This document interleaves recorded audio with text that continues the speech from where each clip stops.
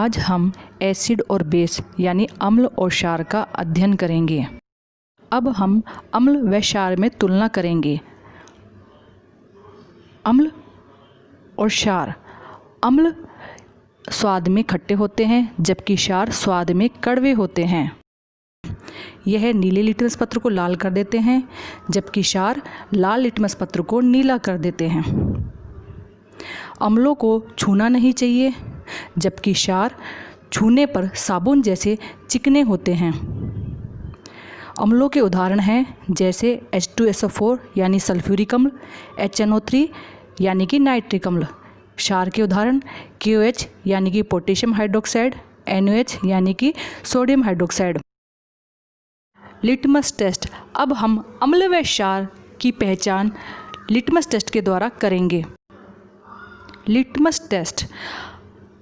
अम्ल नीले लिटमस पत्र को लाल कर देते हैं जबकि क्षार लाल लिटमस पत्र को नीला कर देते हैं।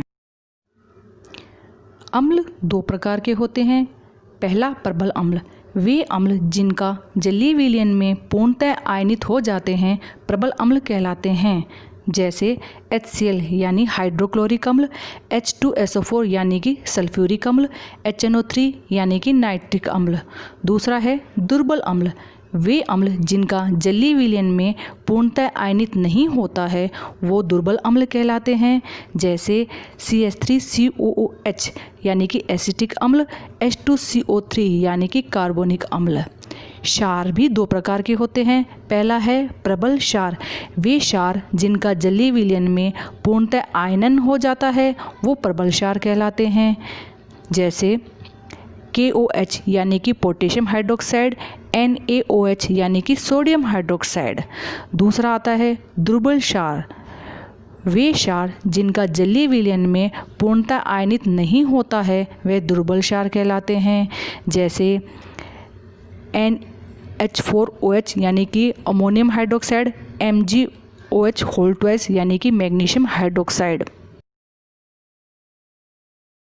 अम्ल और क्षार की संकल्पना। अनेक वैज्ञानिकों ने अम्ल और क्षार की संकल्पना दी। पहला है आर्रेनियस संकल्पना यानी कि आर्रेनियस थ्योरी। दूसरी है ब्रोंस्टेड-लोरी संकल्पना यानी ब्रोंस्टेड-लोरी कॉन्सेप्ट। और लास्ट में है लुईस संकल्पना यानी कि लुईस कॉन्सेप्ट। आर्रेनियस संकल्पना यानी आर्रेनियस थ्योरी। सर्वप्रथम आर्रेनियस ने 1887 ईस्वी में अम्ल और क्षार की परिभाषा दी। उनके अनुसार अम्ल वे पदार्थ हैं जो जलीय विलयन में अपघटित होकर हाइड्रोजन आयन देते हैं, अम्ल कहलाते हैं। जैसे सल्फ्यूरिक अम्ल को जब जल में डाला जाता है तो वो हाइड्रोजन आयन और सल्फेट आयन में अपघटित हो जाता है अर्थात टूट जाता है। इसी प्रकार एसिटिक अम्ल को जब जल में डाला जाता है तो वो हाइड्रोजन आयन और एसिटेट आयन में अपघटित हो जाता है।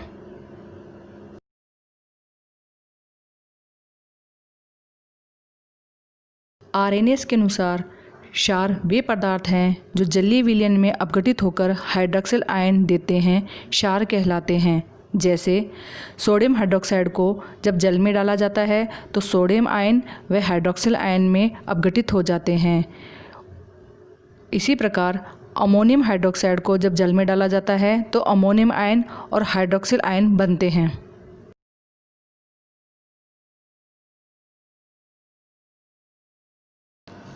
आर्रेनियस संकल्पना की कमी। Drawback of Arrhenius theory. वे अम्ल जिनमें हाइड्रोजन आयन नहीं होता है तथा वे क्षार जिनमें हाइड्रॉक्सिल आयन नहीं होता है उनकी प्रकृति के बारे में आर्रेनियस स्पष्ट नहीं कर सके।